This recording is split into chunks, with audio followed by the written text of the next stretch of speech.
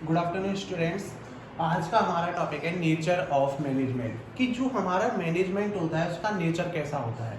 ठीक है, तो नेचर ऑफ मैनेजमेंट हम पढ़ने वाले हैं आज, कि हमारा मैनेजमेंट का नेचर कैसा होता है। अब मैनेजमेंट का जो नेचर होता है वो दो तरीके का होता है। कुछ लोग मानते हैं मैनेजमेंट हमारी आर्ट्स होती है, लेकिन कुछ लोग मानते हैं मैनेजमेंट हमारा कैसा होता है, साइंस होता है। समझ में आया? क्योंकि there are two natures of management, management के दो नेचर होते हैं। कुछ लोग कहते हैं management is an art, management एक कला है, हर कोई व्यक्ति मैनेजमेंट कर सकता है यदि उसके अंदर एक आर्ट है तो।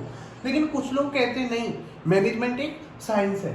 आइए हम कुछ पॉइंटों के बेसिस पे प्रूव करेंगे कि क्या मैनेजमेंट एक आर्ट है, और कुछ पॉइंट्स हमारे प्रूव करते हैं कि मैनेजमेंट एक साइंस है। सबसे पहले हम पढ़ेंगे कि मैनेजमेंट एक आर्ट कैसे है, कला कैसे है। इसका पहला पॉइंट है हमारा existence of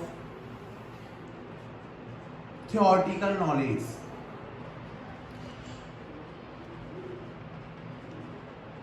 इसका मतलब होता है कि जैसे कि हम जब आर्ट बनाते हैं, मान के लो तुम लोग कला सीख रहे हो, तो सबसे पहले हमें एग्जिस्टेंस ऑफ थ्योरेटिकल नॉलेज की जरूरत होती है, because without theoretical knowledge we can not know about the practical knowledge. जब तक हमारे पास थ्योरेटिकल नॉलेज नहीं होगी किसी चीज़ की, जब तक हम उसकी चीज़ को प्रैक्टिकली अप्लाई नहीं कर सकते। आर्ट्स में जैसे बहुत लोग म्यूजिक सीखते हैं, music is an art, music भी क्या होती है, कला होती है नहीं होती है। लेकिन म्यूजिक सीखने से पहले हमें म्यूजिक्स की बुक्स को पढ़ना पड़ता है कि हमारे किसने रैप है, क्या नहीं है। पहले हमें म्यूजिक के बारे में बुक्स को पढ़ेंगे, उन बुक्स को पढ़ने के बाद में हम क्या करते हैं, एक आर्ट को क्या करते हैं, अपने अंदर कला लेकर आते हैं। तो सबसे पहले हमें किसी भी चीज की क्या होनी चाहिए, थ्योरेटिकल नॉलेज होनी चाहिए। जैसे हम मैनेजमेंट कर रहे हैं, तो मैनेजमेंट करने के लिए भी हमारे पास क्या होनी चाहिए, थ्योरेटिकल नॉलेज होनी चाहिए। सेकेंड पॉइंट है हमारा पर्सनलाइज्ड एप्लीकेशन।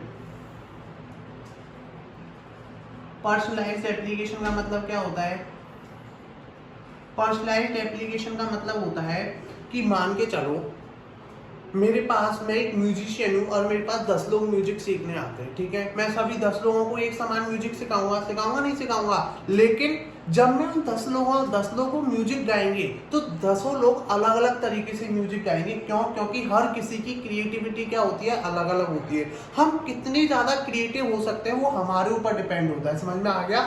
थ्योरेटिकल नॉलेज सबके पास सेम होगी, थ्योरेटिकल नॉलेज में सबको एक जैसी दूंगा, लेकिन थ्योरेटिकल नॉलेज के बाद में भी हम उस थ्योरेटिकल नॉलेज को किस तरीके से अप्लाई कर रहे हैं, that is called personalised application. यानी कि क्रिएटिविटी, हम कितने ज्यादा क्रिएटिव हैं, हमारे अंदर कितनी ज्यादा लगन है, वो डिपेंड करेगा हमारे ऊपर।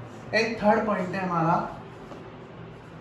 Based on practice. और आर्ट कॉमन सी बात है, किस पे बेस होती है, प्रैक्टिस पे। हम जितनी ज्यादा से ज्यादा प्रैक्टिस करेंगे, हम उतने ज्यादा ही क्या होते जाएंगे, एक्सपर्ट होते जाएंगे। क्योंकि हमने एक चीज पढ़ी है, प्रैक्टिस मेक्स मैन परफेक्ट। जो प्रैक्टिस होती है वो आदमी को क्या बनाती है, एक्सपर्ट बनाती है। तो हमें जिस चीज की जितनी ज्यादा प्रैक्टिस होगी, हम उस चीज में उतनी ज्यादा ही क्या होंगे, एक्सपर्ट होंगे। क्यों? क्योंकि आर्ट केवल एक ही चीज चाहती है हमसे, प्रैक्टिस। हम जितना ज्यादा से ज्यादा अभ्यास करेंगे, जितनी ज्यादा से ज्यादा प्रैक्टिस करेंगे, हमें उतनी ज्यादा से ज्यादा क्या मिलेगी, सक्सेस मिलेगी। तो ये जो हमारे 3 पॉइंट है डिपेंड करते हैं कि मैनेजमेंट क्या होती है, हमारी एक आर्ट होती है। पहला एग्जिस्टेंस ऑफ थ्योरेटिकल नॉलेज, हमें किसी भी चीज की क्या होनी चाहिए, थ्योरेटिकल नॉलेज होनी चाहिए। सेकंड पॉइंट पर्सनलाइज्ड एप्लीकेशन, हम उस चीज को किस तरीके से अप्लाई कर रहे हैं, कितनी क्रिएटिविटी के साथ में अप्लाई कर रहे हैं। एंड थर्ड, हमने कितनी किसी चीज की प्रैक्टिस की है। समझ में आ गया? तो ये 3 पॉइंट हमारे डिफाइन करते हैं कि management is an art. Management क्या होती है, एक कला होती है। पहला point existence of theoretical knowledge, second personalised application, and third based on practice. Second है, अब कुछ लोग कहते हैं नहीं, management is N science, management हमारी क्या होती है, साइंस होती है। अब इनको कौन से पॉइंट प्रूव करते हैं? पहला पॉइंट होता है हमारा सिस्टमैटिक बॉडी ऑफ नॉलेज। इसका मतलब क्या होता है, सिस्टमैटिक बॉडी ऑफ नॉलेज का मतलब होता है कि जैसे साइंस के लिए एक सिस्टमैटिक नॉलेज की जरूरत होती है, उसी प्रकार मैनेजमेंट करने के लिए भी हमारे पास क्या होनी चाहिए, एक सिस्टमैटिक नॉलेज होनी चाहिए, एक सिस्टम के साथ में नॉलेज होनी चाहिए। समझ में आ गया? यानी कि एक अंगूठा छाप व्यक्ति मैनेजमेंट नहीं कर सकता। यदि हमें मैनेजमेंट करना है तो हमारे पास बाकायदा पूरी सिस्टम के साथ में नॉलेज होनी चाहिए कि हम मैनेजमेंट किस किस प्रकार से कर सकते हैं।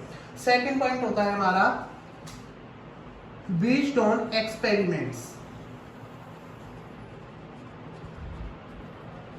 इसका मतलब क्या है? एक्सपेरिमेंट का मतलब सबको पता है, जैसे साइंस में हम किसी चीज का एक्सपेरिमेंट करके देखते हैं, एक्सपेरिमेंट करने के बाद में हमें लगता है कि हाँ यार हमें इसका कुछ फायदा हुआ, तो हम उस एक्सपेरिमेंट को क्या कर देते हैं? प्रिंसिपल बना देते हैं, उसे एक सिद्धांत बना देते हैं। लेकिन सिद्धांत बनाने से पहले हमें उस चीज का क्या करना होता है? एक्सपेरिमेंट करना होता है। Without experiment we can not define it the principle. जैसे एक पाइथागोरस प्रमेय, कुछ ने उसका एग्जाम्पल एक्सपेरिमेंट किया, एक्सपेरिमेंट करने के बाद में उसको प्रिंसिपल बना दिया।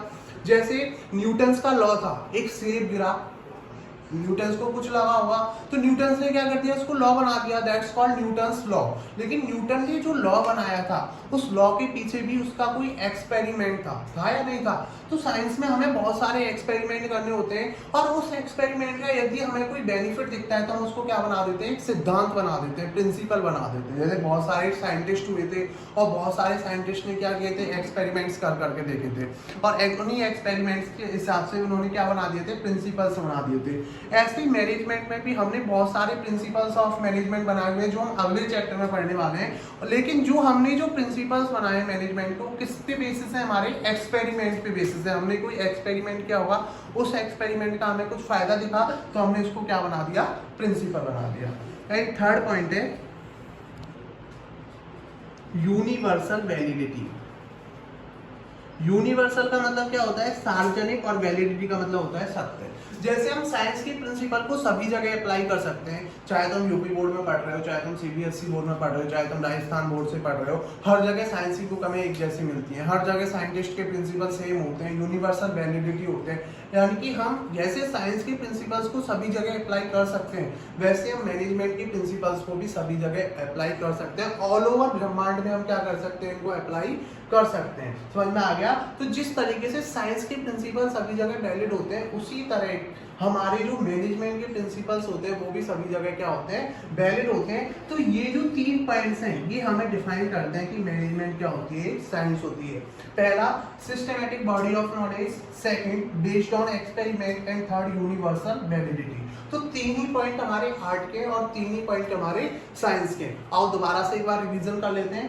पहला हमने पढ़ा था मैनेजमेंट इज एन आर्ट, जिसको 3 पॉइंट हमारे डिफाइन कर रहे हैं। पहला point, existence of theoretical knowledge, second, personalised application, and third, based on practice. Second of nature हमने पढ़ा है मैनेजमेंट इज ए साइंस, इसको भी हमारे 3 पॉइंट्स प्रूफ करते हैं।